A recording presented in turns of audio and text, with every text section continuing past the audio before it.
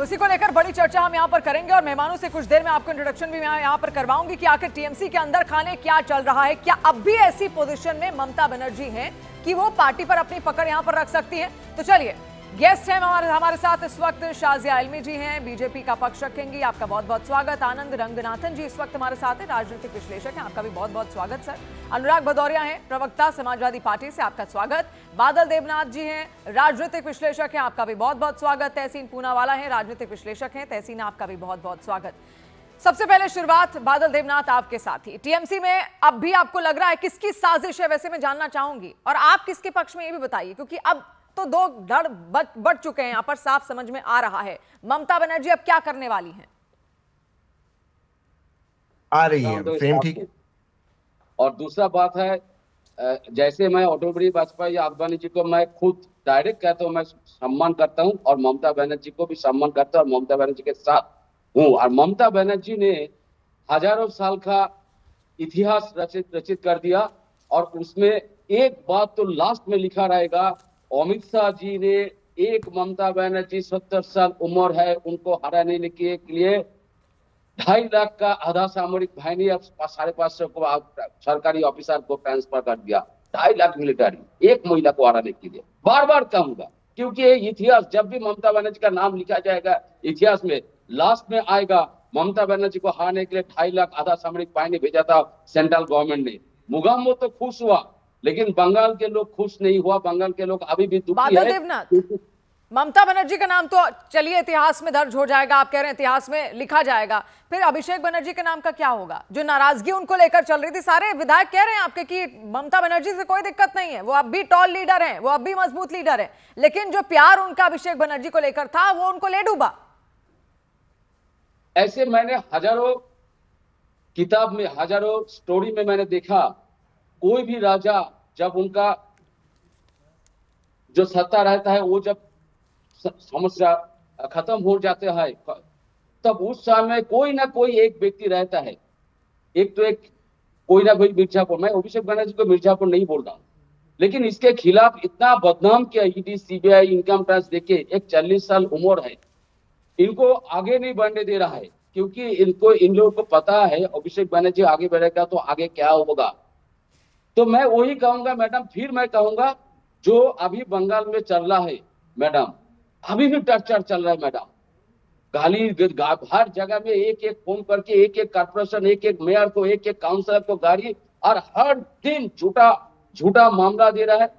यानी आपको फंसाया जा रहा है, टीएमसी को फंसाया जा रहा है, आप ये कह रहे हैं टीएमसी को फंसाया जा रहा है, तब जाकर ये सब कुछ हुआ। आनंद रंगनाथन जी, क्या आपको ऐसा लगता है कि टीएमसी को फंसाया जा रहा है? बार बार ईडी, सीबीआई की धमकी यहाँ पर दिखाई गई, तब जाकर इतने सारे विधायक को पलटी मार लिए और वो ममता बनर्जी से अलग हो गए, उनकी मीटिंग्स में नहीं आ रहे हैं।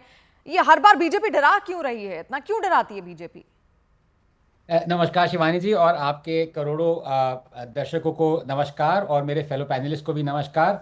देखिए, इससे पहले कि मैं मुद्दे पे आऊं, आप मुझे प्लीज 10 सेकंड दीजिएगा। जो मेरे प्रीवियस पैनलिस्ट हैं, मैं उनकी बहुत इज्जत करता हूं, माधव जी हैं उनका नाम, और उन्होंने जो कहा कि 1000 साल के बाद भी ममता जी का नाम याद रखा जाएगा, मैं इनसे पूछना चाहता हूं कि 1000 साल पहले आप किसी महिला का नाम जानते हैं भारत में? जरा बताइए। 1000 एडी में जानता हूँ, सबसे पहले जानता हूँ, सबसे पहले एक महिला का नाम बताइए 1000 एडी में जो थी।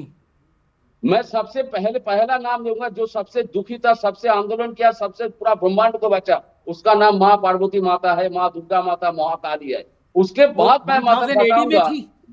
नहीं, मेरा सब्जेक्ट तो मैं ये आपको बताना चाह रहा था कि अभी से आप सबसे पहले माँ 1000 साल बाद क्या होगा। महाकाली का नाम लूंगा, जो ब्रह्मांड को बचाया, बहुत दुखी था, बहुत कुछ सहन किया था मैं। उसके बाद किसी महिला को नाम, और भी नाम जाता है, रानी लक्ष्मीबाई है, मतंगिनी हाजरा है, और बहुत सारे, पद्मा नायडू जी है, बहुत सारे नाम है। अब जरा मुझे मौका दीजिए, बताइए कितना नाम बोलूंगा, बोलिए।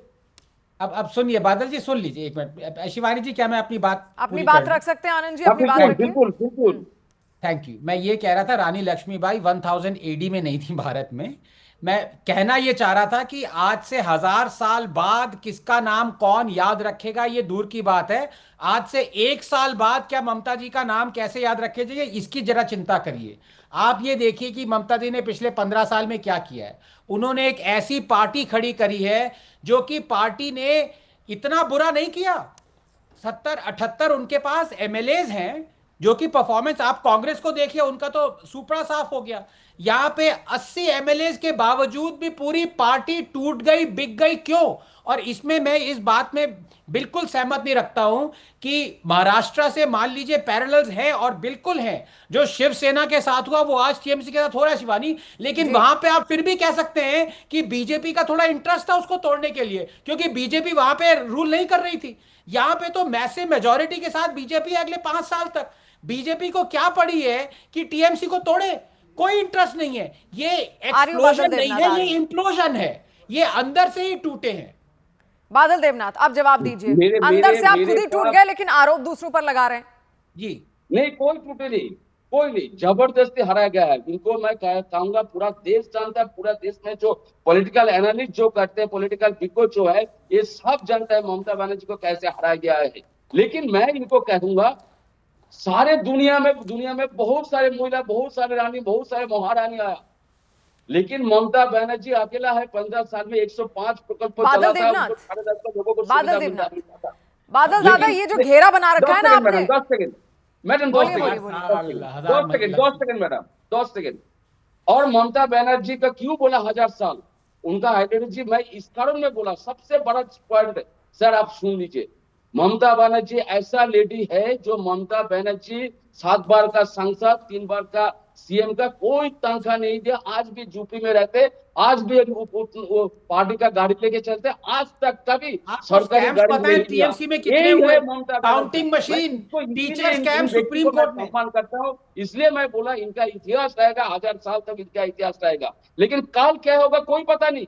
काल मोदी जी को क्या हो, काल अमित शाह को क्या होगा, काल ऑटोमोबाइल को क्या हुआ था, गौतमी जी को क्या होता, सारे नरसिम्हा राव, राजीव गांधी को क्या होता, सब पता है। बादल देवनाथ, लेकिन वो जो घेरा आपने बना रखा है ना, इससे पहले मैं जो बोल रही थी, बादल देवनाथ, क्या करना, आप सुन भी लीजिए, किसी को, सामने वाले को भी सुन लीजिए।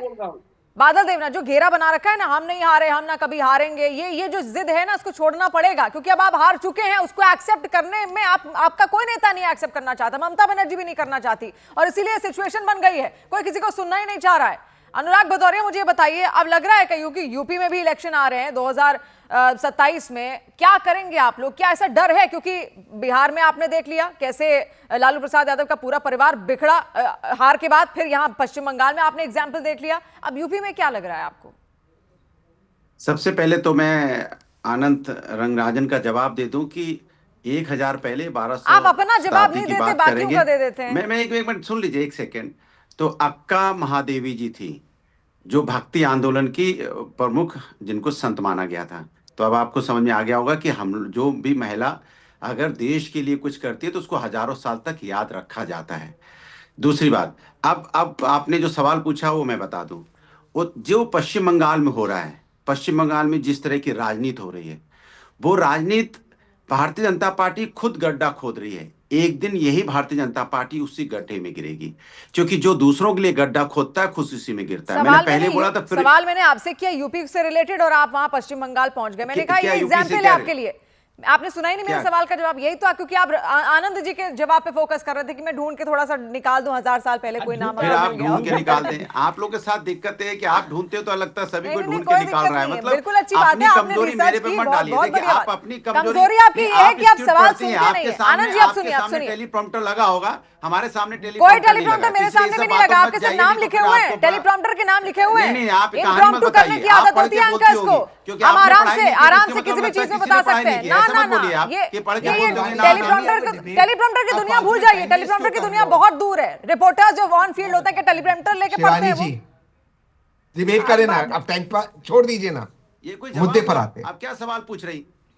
मैं आप व्यक्तिगत तहसीन कुछ कहना चाह रहे? तहसीन, शिवानी जी, हम मुद्दे पर आए, प्लीज। फिर आऊंगी, बाद में आऊंगी, आराम से आऊंगी, एक एक करके सबका reaction. Tahseen, thank you Shivani ji, आपके साथ शो में शिरकत करने का मौका मिला, शुक्रगुजार हूं। अब प्लीज हम मुद्दे पर रहे।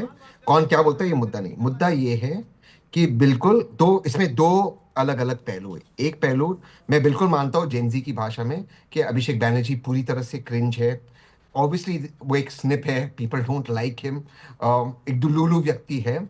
बट जो खतरे की जो खतरा हमें दिख रहा है, जो डेमोक्रेसी में, लोकतंत्र में विश्वास करते हैं कि किस तरह से विपक्ष की पार्टियों को फिट किया जा रहा है भाजपा के एडवांटेज में। आप मेरी बात पे गौर फरमाइए।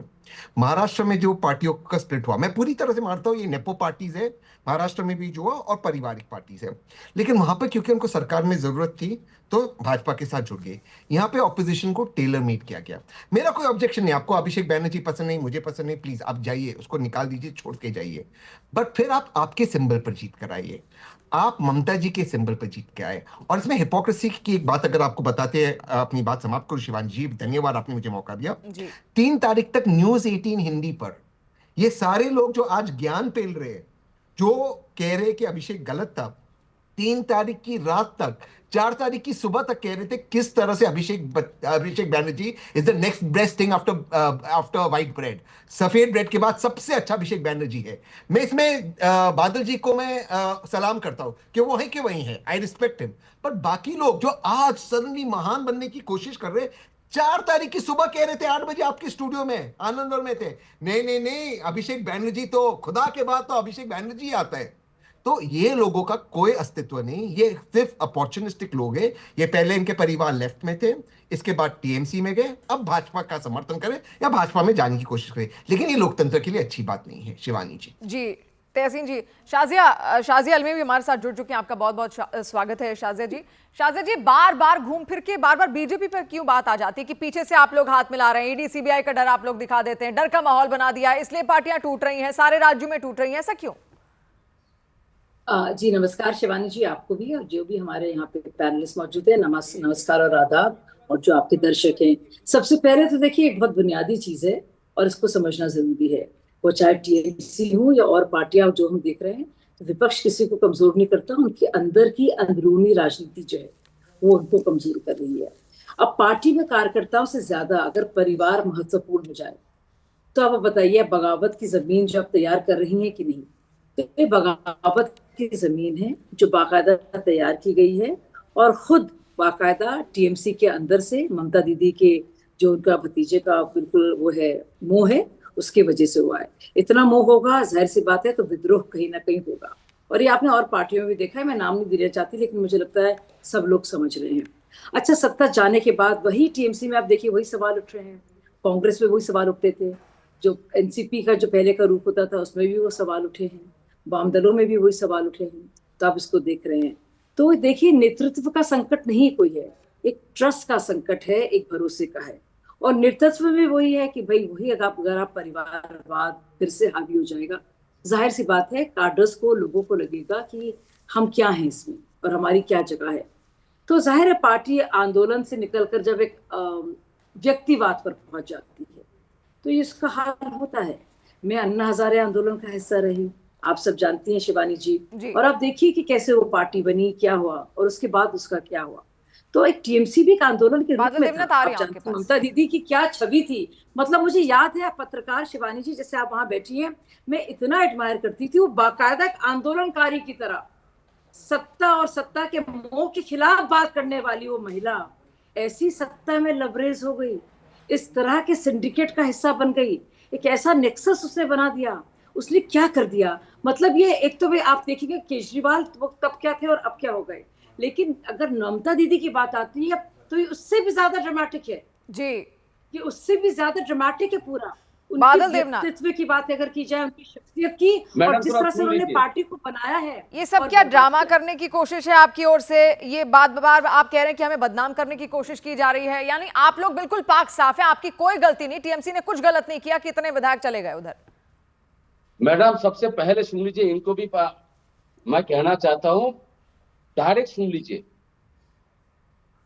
दिल्ली से कोई भाजपा के लीडर और असम से कोई भाजपा के लीडर इस साजिश में था, लेकिन काल विद्रोह ने खुद कह दिया मेरा लीडर ममता बनर्जी है, ममता बनर्जी था, आगे भी ममता बनर्जी रहेगा। लेकिन मैं वही बोलूंगा साजिया मैडम को, मैडम एक बार सुन लीजिए, आप महिला है और एंकर भी महिला है, आप मेरा बहन के समान है। मैडम 70 साल उम्र का एक लीडर जब 13,000 वोटों से लीड ले रहा है, इलेक्शन कमीशन का वेबसाइट पे दिखा रहा है, लोड शेडिंग हो गया 1.5 घंटा, ममता बनर्जी खुद गया वहां पर लोड शेडिंग क्यों हुआ देखने के लिए, उनको लात मार के उनको धक्का में देके वहां से बाहर निकाल दिया गया। 3 बार का सीएम, 7 बार का सांसद, 3 बार का सेंट्रल मिनिस्टर, एक महिला 70 साल मां समान है, लाखों करोड़ों लोग उनको मां कहते, पूरे विश्व में ममता बनर्जी का नाम है, उनको आज भी झुपड़ी में रहते हैं, उसको लात मारने का क्या जरूरत है, क्यों धक्का मार के वहां का काउंटिंग एजेंट से निकल दिया गया, जीत जाते। 13,000 वोटों से जो लीड था उसको ऐसे धक्का मार के निकालने का कोई जरूरत था? वो 70 साल उम्र है, अरे जीत लो ना। लेकिन ऐसे बहुत सारे काम जब आनंद जी कुछ कहना चाह रहे हैं। आनंद जी मार के सीआरपीएफ ने भगा दिया, ये कोई जीत होता है?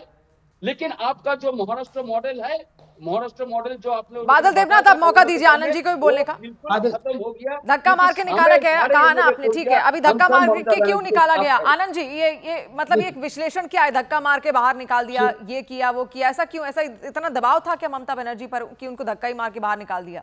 नहीं, मैं आज कंफ्यूज हूँ शिवानी जी, क्या आज काउंटिंग डे है? आज इलेक्शन के रिजल्ट्स आने वाले हैं? एग्जैक्टली, ये बातें घूम घूम के क्यों आ रही हैं?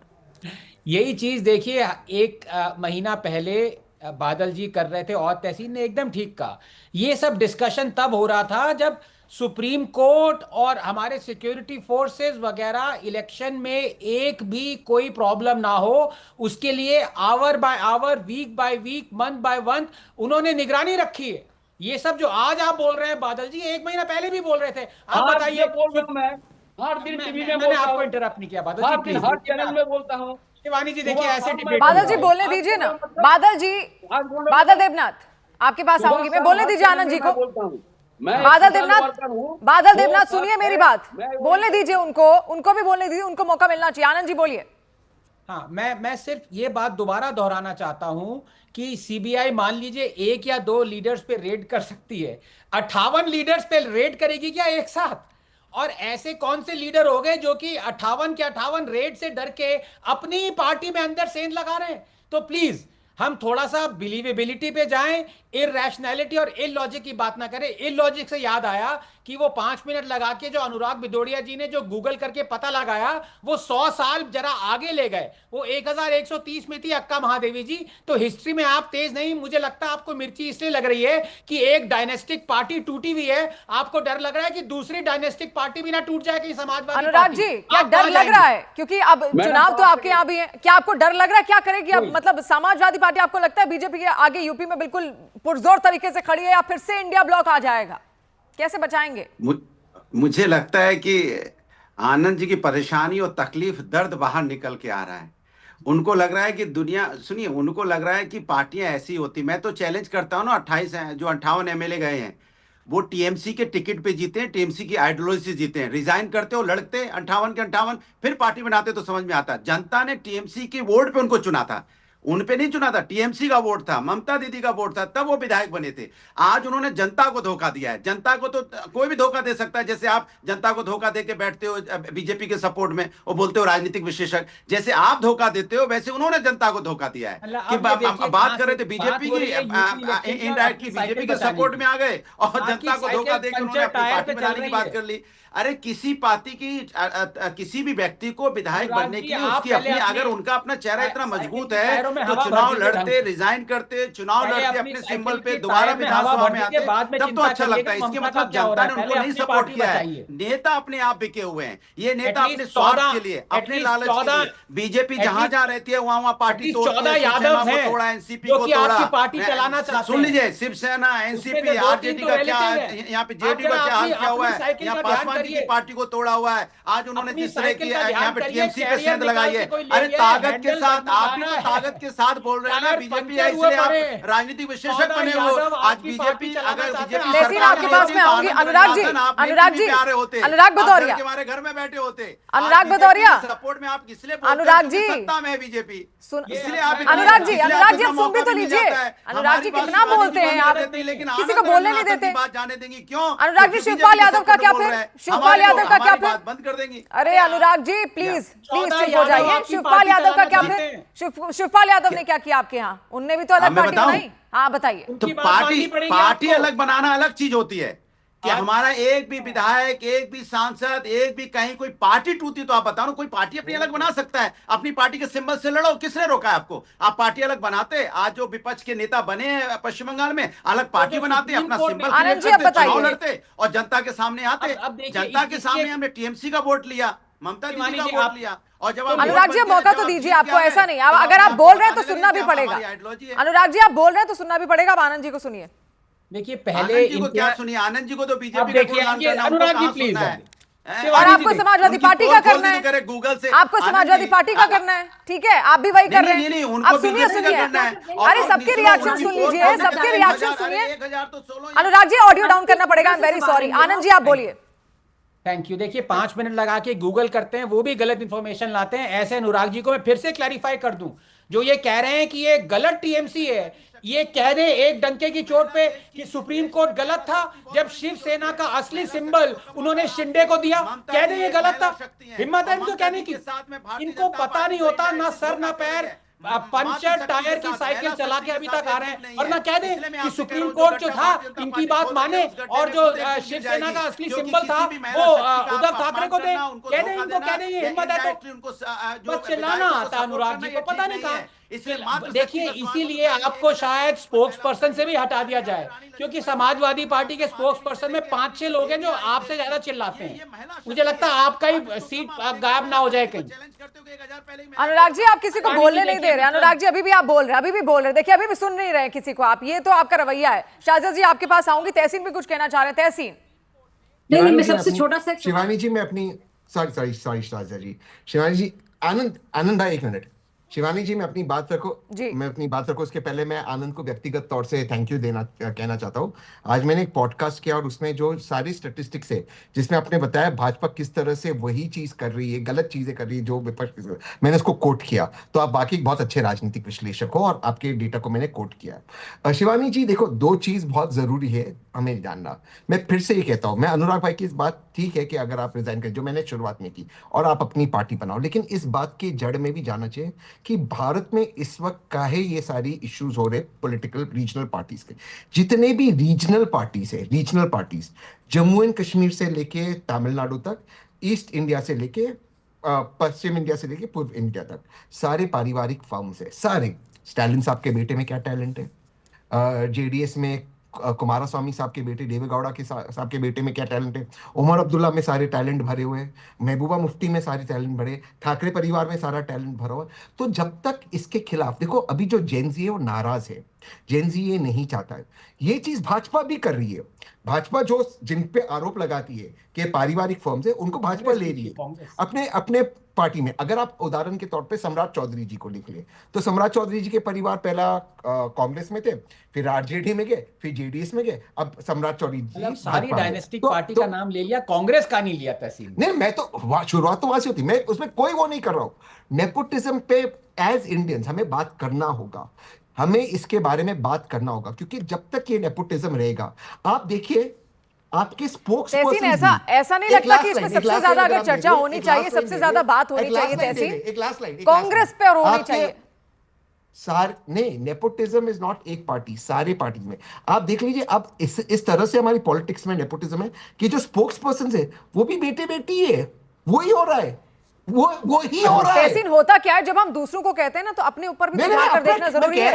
What about Congress then? Congress कहीं दिख नहीं रही है। मैंने इससे पहले भी आपको एक बार आप डिबेट में जुड़े थे तो मैंने यही कहा कि लोकतंत्र तभी अच्छा होता है जब बहुत सारी पॉलिटिकल पार्टीज होती हैं, बहुत सारे विकल्प होते हैं जनता के पास। मैं बिल्कुल हिपोक्रेट नहीं हूं, शुरुआत कांग्रेस से हुई है, बट जब तक आप इसको आप खत्म नहीं करेंगे, ये नहीं करेगा ना, सबको करना होगा। कांग्रेस से करवाइए। एक लाइन, अगर आप एक लाइन दे रही, खत्म होगा अगर प्रधानमंत्री जी 2 कानून पास करें, एक कि एक परिवार से एक ही व्यक्ति किसी भी हाउस में रह सकता है, लोकसभा, राज्यसभा या असेंबली या वगैरह, और दूसरा नियम वो पास करे कि जो नेता है उनके बच्चे और उनके परिवार के लोग केवल सरकारी स्कूल और सरकारी अस्पताल में जाएंगे। तहसीन, इससे भी ज्यादा ये जरूरी है कि पार्टियों के अंदर ही ऐसे नियम बने, पार्टी चाहे कांग्रेस हो, समाजवादी पार्टी हो, बीजेपी हो, वहीं पर अंदर ये होना चाहिए। आइडिया मुझे लगता है आप अपने आला कमान को भी दीजिए, बिल्कुल वो मानेंगे। शाजिया जी बहुत देर से वो आपको सुन रही है। शाजिया जी देखिए, जी मैं बहुत गौर से सुन रही हूँ। तहसीन ने बहुत इंपॉर्टेंट बातें कही यहाँ पे, लेकिन अगर हम देख रहेंगे कि क्या हो रहा है वेस्ट बंगाल में इस वक्त, तो हम सिर्फ इसको एक बगावत के रूप में नहीं देख सकते। सत्ता, जो उत्तराधिकार है, और संगठन, तो इस सबके बीच का टकराव देखने को मिल रहा है। लेकिन इससे पहले कि मैं इसकी बात ज्यादा करूं, अभी भी कुछ बातें कही गई अनुराग भदौरिया जी की तरफ से आनंद रंगनाथन के लिए। तो मैं सबसे पहले कहना चाहती हूँ, बावजूद और बाकायदा भाजपा की नेशनल स्पोक्स पर्सन होने के नाते, कि अगर आनंद जी हमारी तरफ से बोल रहे हैं तो भैया बड़ा माफी मांगते हैं, क्योंकि अगर मुझे घबराहट होती है कि कोई एक इंसान, चाहे वो किसी का स्पोक्स पर्सन हो या पैनलिस्ट हो, अगर सबसे ज्यादा भाजपा के खिलाफ कोई भी पॉइंट्स निकालेगा तो आनंद रंगनाथन होंगे। तो मैं इतना बता दूं, तो अगर ऐसे आपको लगता है कि हमारे ये तरफ से बोलते हैं, तो मैं आपको बता दूं, अगर किसी ने सबसे ज्यादा तल्ख और सख्त तरीके से भाजपा और उसकी कुछ पॉलिसियों को आड़े हाथ लिया है तो वो आनंद रंगनाथन है। अब मेरे बहुत अच्छे मित्र हैं, लेकिन वो कहते हैं ना फ्रेनिमी, आनंद हमारे फ्रेंड और एनिमी दोनों हैं। ये फ्रेनिमी हमारे तो मैं आपको ये मेरे फ्रेनिमी है, क्योंकि पर मैं आपको बता दूं, अनुराग भदौरिया, बहुत सारे पैनलिस्ट मिलेंगे आपको, मुझे एक जोक बोलना था, इस तरह की बातें आनंद रंगनाथन ने बाकायदा बीजेपी से, कांग्रेस से कही है, वो भी तथ्यात्मक रूप पर। वो किसी भी पैनलिस्ट या स्पोक्स पर्सन ने, अनुराग जी आप पे कोई आता नहीं, लेकिन आप बोलना शुरू कर देते हैं। बैकग्राउंड में ना डिबेट, हर डिबेट के बैकग्राउंड में देखिएगा आपकी आवाज ऐसे ऐसे आती रहती है, थोड़ा तो शांत हो जाइए, बाकियों को बोलने दीजिए। बैकग्राउंड म्यूजिक लगा रहता है आपका पीछे से। मुझे अनुराग जी, देखिए अनुराग जी मेरे बहुत अच्छे मित्र हैं। इन्होंने मुझे एक बार CNN के ही शो में मिले थे, कहा था कि मुझे घर पे बोलने नहीं देती मेरी बीवी, इसलिए मैं स्टूडियो में ज्यादा बोलता हूँ। अनुराग जी सुन लीजिए, मैं आपको सारा बदला इसी डिबेट में अच्छा है। हम तो महिला शक्ति को प्रणाम करते हैं ना, तो हम तो डरते हैं, उसमें क्या बुराई तो है? आप चुप कहाँ हो रहे हैं? फिर मैं बोल रही हूँ, इतना रिक्वेस्ट करती हूँ आपको, अनुराग जी चुप हो जाइए, लेकिन आपका बैकग्राउंड मैं तो चुप हो जाता हूँ, मैं कहाँ बोलता हूँ। अब मैं अपनी बात कह लूं? कितना कहेंगे भाई, कितना बोलेंगे? देखिए सवाल ये भारतीय जनता, मैंने फिर बोला, फिर मैं रिपीट कर रहा हूं, ये जिस तरह की पार्टियां, जब से भारतीय जनता पार्टी सत्ता में और पावर में आई है, ये खेल देखने को मिल रहा है। और इसलिए मिल रहा है कि इनडायरेक्टली भारतीय जनता पार्टी को ऐसा लगता है कि विपक्ष का भी नेता उन्हीं का हो, जो वो पश्चिम बंगाल में चाह रहे हैं, क्योंकि पश्चिम बंगाल में विपक्ष को खत्म करना चाह रहे हैं, विपक्ष की आवाज दबाना चाह रहे हैं। अगर मैंने फिर बोलता हूं, अगर है वो विपक्ष के, ये समाजवादी पार्टी को लेकर भी तो, अनुराग जी समाजवादी पार्टी को लेकर भी तो ऐसे नहीं लग रहा है कहीं बीजेपी को चलेगा नहीं। देखिए आप लोग बच गए कि नहीं बच गए? सुनेंगे वही बात कि समाजवादी पार्टी विपक्ष में लास्ट 10 साल से है, कितने MLA तोड़ पाते, जरा बता दीजिए। पार्टी का कुछ हुआ क्या? समाजवादी लोग मजबूर है, चट्टान की तरह आइडियोलॉजी पे चलते हैं, 10 साल से विपक्ष में है, डंकी की चोट पे विपक्ष में है, और बीजेपी वाले ही समाजवादी में आ जाते हैं। समाजवादी वाले तो बीजेपी में आज तक नहीं गए, क्योंकि हम लोग जो समाजवादी लोग हैं वो जनता की आवाज हैं, वो जनता की समस्याओं को उठाते हैं, जनता की, हम लोग हो रही है इस वक्त टीएमसी की बात करते हैं। तो चाहे वो कांग्रेस हो या शिवसेना हो या एनसीपी हो, हर पार्टी कमजोर तब कब हुई है जब संगठन से ज्यादा बड़ा हो गया है नेतृत्व, और नेतृत्व से ज्यादा बड़ा कौन हो गया है? उत्तराधिकार। तो उत्तराधिकार से बचने की जरूरत है, थोड़ा समझिए अनुराग जी, सिर्फ बोलने से ना इतना काम नहीं चलेगा। बादल देवनाथ भी जी, शाजिया जी यही वाली बात आपकी मैं लूंगी, बादल देवनाथ से करूंगी इस पर सवाल। बादल जी कानों को खोलिए, अपने कानों को। बादल जी, जो नेतृत्व है वो कई बार बड़ा हो जाता है, पार्टी से भी बहुत ज्यादा बड़ा हो जाता है। ममता बनर्जी के साथ भी यही है, बहुत बड़ा चेहरा है और लोग उनसे नाराज नहीं, उनके पार्टी के लोग भी बहुत कम उनसे नाराज हैं। ज्यादा नाराजगी किसको लेकर है? अभिषेक बनर्जी को लेकर। अभिषेक बनर्जी एक नाराजगी का फैक्टर बने हुए हैं, इस बात को आप मानते हैं कि नहीं? आपने कहा कि बहुत सादगीपूर्ण जीवन उनने जिया है ममता बनर्जी ने, बेशक उनके ठीक बगल में लेकिन 4 मंजिला इमारत है खुद अभिषेक बनर्जी की, 22 काफिले के साथ तो चलते हैं, उनके खुद के नेता उन पर आरोप लगा रहे हैं, भ्रष्टाचार के आरोप उन पर लग रहे हैं। अभिषेक बनर्जी वो फैक्टर है, तो क्या ये मोह उनको ले डूबा ममता बनर्जी को? वो समझ पा रही है इस चीज को? मैडम ममता बनर्जी ऐसी महिला है, भाजपा के अंदर हो। देखिए शुभेंदु अधिकारी जिस दिन मुख्यमंत्री शपथ लिया, नवान्न में बैठा, उस दिन सबसे पहले उनका ममता बनर्जी के आसपास घर के आसपास कोई नहीं जाएगा, उनका सिक्योरिटी जितना है उतना ही रहेगा। उनका सब लोग सुन लीजिए, वो 3 बार का सीएम है। पहला वक्तव्य मुख्यमंत्री शुभेंदु अधिकारी था, आज भी मुख्यमंत्री हो, भाजपा के बहुत सारे लीडर और सीपीएम के कांग्रेस को ममता बनर्जी को सभी लोग सम्मान करते, लाखों लाखों करोड़ सम्मान करते। लेकिन अभिषेक बनर्जी को क्या था, वो नया चेहरा है, 40 के आसपास उनका उम्र है, और उन्होंने क्या सोचा, जो डिजिटल जो पंथा जो है इसको लेके चलना चाहिए था, और इसको लेके वो थोड़ा मॉडल, इस आधुनिक मॉडल को लेकर पार्टी, लेकिन आधुनिक मॉडल पार्टी में नहीं चलता है। सोशल मीडिया है, बादल देवनाथ, डिजिटल मीडिया है, लेकिन कुछ प्रॉब्लम तो हो गया जो इनके लोगों को गुस्सा है। मैडम 5 सेकंड लूंगा, 5 सेकंड। सबसे बड़ा पॉइंट है, मैं बोल रहा हूँ central government, Sajiya madam, central government कितने बार बंगाल में एससी कमीशन, महिला कमीशन, मानवाधिकार कमीशन, कितना कमीशन यहाँ पर भेजा था। आज 1 महीने से पूरे बंगाल में अत्याचार चल रहा है, देर कर लोगों को बेकार कर दिया, कितना दुकान तोड़ दिया, कितना बुलडोजर। आज कहाँ है एससी कमीशन, कहाँ है मानवाधिकार कमीशन, कहाँ है ह्यूमन राइट्स, कहाँ है ओबीसी कमीशन, कहाँ है एसटी कमीशन? सेंट्रल गवर्नमेंट क्यों आनंद जी ये घूम फिर के फिर वही बीजेपी। लेकिन अभी मैंने उनसे ममता बनर्जी पर सवाल पूछा, तो अभिषेक बनर्जी पर सवाल पूछा तो ममता बनर्जी का नाम लेने लगे। ये चीज क्यों नहीं समझ पा रही टीएमसी की? सब कुछ जो है आईपैक को लेकर इतना बड़ा विवाद हुआ था कि पैसे ले रहे थे तब जाके टिकट बांटे गए। अभिषेक बनर्जी पर भ्रष्टाचार के आरोप लगे, उनके खुद के नेता कह रहे हैं। ऋतुव्रत बनर्जी ने कहा 22 काफिले के साथ चलते थे, बड़ा बड़ा काफिला उनका चलता था पूरी शानो शौकत के साथ। ये क्यों नहीं समझ पा रही है टीएमसी? भ्रमित हो रही है या ममता बनर्जी उस मोह में, या वो समझ पा रही है वाला कैसे हो, ये रास्ता वो ढूंढ रही हैं? नहीं देखिए, पहले तो मैं बादल जी को थोड़ा सा यहाँ करेक्ट कर दूं। जो ये कह रही हैं कि कह रहे हैं कि एक महिला जिन्होंने सिर्फ एक फटी हुई सफेद साड़ी पहनी, चप्पल पहनी, वो करप्ट कैसे हो सकती हैं? अगर वही एनालॉजी हम लेके चलें तो फिर मनमोहन सिंह जी, देखिए प्लीज शिवानी जी, बादल जी आपने बोला, अपने मौके में बोला आपने, अब उनको बोलने दीजिए। आनंद जी बोलिए आप। कैसे हो सकते हैं? बादल दादा, फिर ऑडियो डाउन करना पड़ना ही एक विकल्प है। आनंद जी आप बोलिए।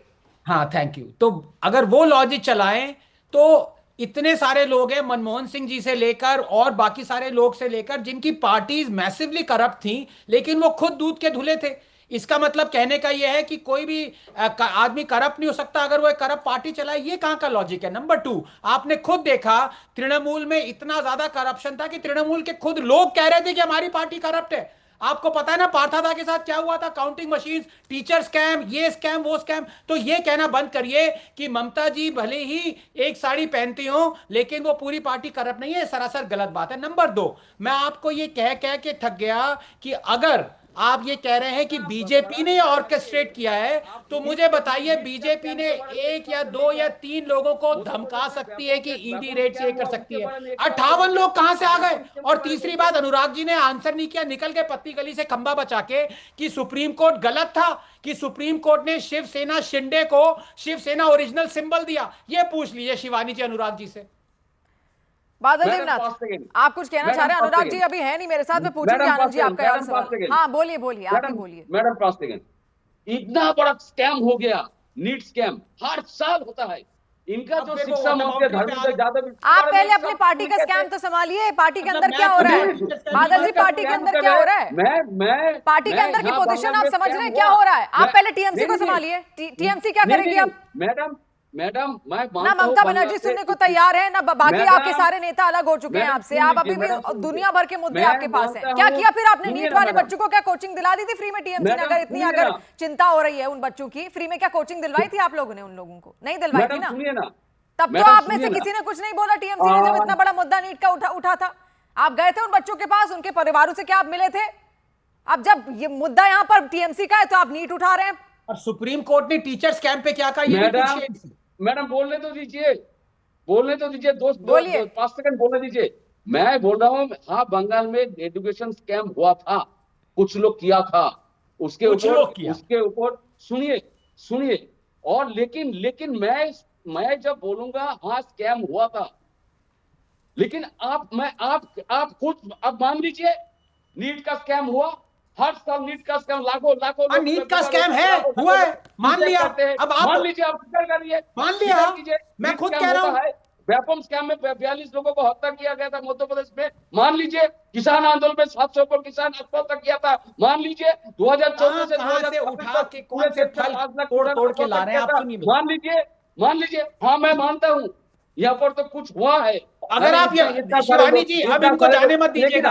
अगर ये मान रहे हैं कि टीचर स्कैम हुआ था, तो चीफ मिनिस्टर कौन था तब? इतना चीफ अत्याचार होता मिनिस्टर है, कौन था? औरंगजेब खुश होता है, मुगम्बो खुश चीफ होता है, मिनिस्टर कौन था? लेकिन देश के लोग बादल खुश जी नहीं होता जब है। टीचर स्कैम हुआ देश के तो लोग चीफ बादल होता है। देवनाथ सीधा सीधा मतलब ये है कि आप ममता बनर्जी को दोषी मान रहे हैं। आप कह रहे हैं स्कैम हुआ नहीं, था उस वक्त, नहीं, तो वही थी ना, ममता मुख्यमंत्री कौन था बनर्जी उस कुछ नहीं वक्त? जानते। नहीं, ममता बनर्जी कुछ नहीं जानते। ममता बनर्जी अच्छा, वो बार-बार कुछ ऐसा नहीं होता जानते है कि राज्य में क्या हो रहा है, ममता बनर्जी तो मंत्री जिम्मेदार होंगे, आपके शिक्षा मंत्री सुन लीजिए जिम्मेदार मैडम, होंगे। सुन लीजिए मैडम, सुन लीजिए। ममता सुनी तो रही हूं बनर्जी मैं। बार-बार आप एक मुझे सवाल बताइए, आप बहुत बोलते हैं। बादल दादा घुमाइए नहीं, फिर से घुमाइए नहीं। ममता बनर्जी जिम्मेदार थी कि घुमाता नहीं? नहीं हूं मैं। उस- सीधा-साधा मैं तो बोलता हूं, जवाब मैं दीजिए, सीधा उस कैंप बोलता के लिए हूं, क्या सीधा ममता बोलता बनर्जी हूं मैं। जिम्मेदार थी कि नहीं थी? आपके मंत्री जिम्मेदार थे कि नहीं थे टीएमसी के? कौन जिम्मेदार है? आप बताइए ना, कौन जिम्मेदार है? मैं बोल रहा हूँ, भाजपा हो, कांग्रेस हो, टीएमसी हो, कोई भी व्यक्ति घोटाला करे, वो पार्टी जिम्मेदार नहीं होता है। ना भाजपा जिम्मेदारी लेगा धर्मेंद्र यादव का, ना अरे प्रधानमंत्री सरकार मोदी तो लेगा, आपकी थी, ना कोई लेगा। मुख्यमंत्री तो लेकिन आपका था, ममता बनर्जी सरकार के तो बारे में जिम्मेदार एक होगी। शब्द सरकार कहने से किसकी पहले थी? आप एक बार जान पार्टी लीजिए। नहीं है, चलो ठीक है, लेकिन सरकार किसकी थी? घुमा दिया ना, देखिए यही चीज है, यही चीज है। घुमा दिया आपने।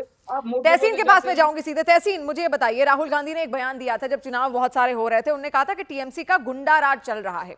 अभी हाल ही में आपके उदित राज ने कहा कि अब टीएमसी को सबक सीखना चाहिए और वापस कांग्रेस के साथ हाथ मिला लेना चाहिए। जब गुंडा राज वहां पर चल रहा था, अब गुंडा राज का खात्मा आप लोग तो कर नहीं पाए, तो बीजेपी ने कर दिया। पहले तो अप्रिशिएट करना चाहिए एक तरीके से आपको, उनको, अगर आपको ऐसा लग रहा है, आपके मानसिकता के हिसाब से चल रहा है कि नहीं। फिर उदित राज कह रहे हैं कि सबक सीखें और हमारे साथ हाथ मिला लें। क्या सबक सीखना है? मतलब टीएमसी अब हाथ मिलाने की बात हो जा रही। फिर सभी क्षेत्रीय दल को कांग्रेस के नेतृत्व में आना होगा। मैं बहुत क्लियर हूं इस चीज में, और इसकी मैं आपको वजह अभी बताता कह रहे हूँ। थे डायनेस्टी कम हाँ, करिए। हाँ, बट कांग्रेस के ना भाई, कांग्रेस सुनो ना, कांग्रेस अब सुन लो बात। इसलिए मैं कह रहा हूँ, अरे कांग्रेस उनको आदत हो गई बादल जी को सबके हंसना बारे क्या में है? बोलने का। बादल जी आप इतने मजाक कर रहे खूबसूरत हैं। लगते हैं, नहीं, बादल जी मतलब इतने आपकी खूबसूरत लगते हैं हंसते बादल जी हुए, को क्योंकि हंसी आ गई। इतना ऐसी खूबसूरत ऐसे लगते में हैं हंसते बादल जी हुए। हंस अपनी रहे हैं। बात रख देखिए ली आप शिवानी जी। शिवानी जी, कितना मुझे अफसोस हो रहा है। मैं अपनी बात रख दूं। तहसीन हाँ, तहसीन बोलिए उनकी इतनी बोलिए, बुरी मैं आपसे हालत हो रही है बेचारों की, टीएमसी की, और ऐसी बात तुम जले पे नमक छिड़क रहे हो, ऐसी बातें क्या? नहीं, प्लीज नहीं बादल करो जी उनके तो, साथ। बादल जी के और मेरे न्यूज 18 इंडिया में इतने अच्छे संबंध हो गए, इतना मैंने उनके साथ वक्त गुजारा, बहुत मतलब अच्छे लगते 80 हैं और एमएलए हैं, मुस्कुराते हुए उनको बहुत। जीरो जीरो के अंडर आना चाहिए, ये कह रहे हैं तहसीन जी। नहीं, मैं ऐसे नहीं कह रहा हूं, मैं कह रहा हूँ सबको, क्योंकि क्या है देखिए, आज जैसे बादल जी कह रहे थे कि टीएमसी में अभिषेक बैनर्जी ने कुछ गलतियां की, अब वो बता रहे थे। प्रॉब्लम क्या है कि आज ये कर्मा है जो ममता बनर्जी ने किया कांग्रेस के साथ। आनंद को याद होगा, शाजिया जी को याद होगा, शिवानी जी आपको, पूरी की पूरी कांग्रेस की पार्टी को मेघालय में ले लिया। गोवा में अगर टीएमसी नहीं लड़ती चुनाव, टीएमसी प्लस नोटा में कांग्रेस जीत जाती वोट परसेंटेज पर। टीएमसी ने सारे कांग्रेस के नेताओं को लिया। तो ये जो चीज कर रही थी, जब राहुल जी, आप उनसे इत्तेफाक ना रखो, आपकी जो भी उनसे डिफरेंसेस हो वो एक अलग विषय, जब वो वोट चोरी और जब वो इलेक्शन कमीशन पर बात कर रहे थे, तब अभिषेक बैनर्जी का स्टेटमेंट मैं पढ़कर बताता हूं। ये राहुल गांधी को चुनाव लड़ना नहीं आता है। एक्चुअली इलेक्शन कमीशन की गलती नहीं, राहुल गांधी की गलती है। हमें भाजपा को हराना केवल टीएमसी को आता है, अभिषेक बैनर्जी ने कहा। आज खुद इलेक्शन कमीशन को कह रहे हैं। ये सारे क्षेत्रीय दल, अब भाजपा इनको खत्म कर रही है, इसमें मानना होगा। तो आप एक यूनाइटेड ऑपोजिशन अगर देश में चाहिए, आप कांग्रेस की लीडरशिप में आइए और काम कीजिए। ठीक है बादल देवनाथ, अब पहले सवाल सुनिए। बादल देवनाथ, आप पहले सवाल सुनेंगे और थोड़ा मुस्कुराइए। आप सवाल सुनिए मेरा कि 2 विधायकों वाली पार्टी में आप आना चाहते हैं, उसके साथ मर्ज करना चाहते हैं क्या पश्चिम बंगाल में? 2 विधायक मतलब कौन 2 विधायक? अरे कांग्रेस का, उनने इनविटेशन दिया ना आपको। हाँ, ज्वाइन कीजिए। सुन क्या कॉन्फिडेंस है बादल देवनाथ, आप क्या 2 विधायकों की पार्टी ज्वाइन करेंगे? ममता बनर्जी कर सकती है वैसे अलग बना के। मैडम लास्ट में मैं कहूंगा, हम 2, हमारे 2। मेरा कोई नहीं, 2 नहीं है। अच्छा, मेरा कोई 2 नहीं। आप जाएंगे कि नहीं जाएंगे उनके साथ? मैडम सुन लीजिए, 40 साल उम्र का 40 के आसपास कोई युवा राजनीति करे तो अच्छा लगता है, लेकिन एक्सपीरियंस का जरूरत है। जैसे तोहसीन बोल रहे हैं ना, पॉलिटिकल एक्सपीरियंस, अक्सर राष्ट्र विज्ञान को पढ़ना, इकोनॉमिक्स को जानना। एक पॉलिटिक्स ऐसा छोटा मोटा काम नहीं है, मैं भाषण दूं, जो बोल दूंगा पॉलिटिक्स में हो जाएगा, ऐसा नहीं है। पॉलिटिक्स करने के लिए इकोनॉमिक्स जानना पड़ता है, साहित्य जानना पड़ता है, हिस्ट्री जानना पड़ता है, पॉलिटिकल साइंस जानना पड़ता है, उसके साथ साथ माइथोलॉजी भी पढ़ना तो चाहिए। पॉलिटिकल साइंस तब में आपने politics जाना बड़ा कि अंतर उनका हो वोट सकते शेयर हैं। सिर्फ ऐसे 3% के नहीं। आसपास है लेकिन पश्चिम इसलिए बंगाल में, कुछ जाएंगे आप गलती उनके तो हुआ साथ? है।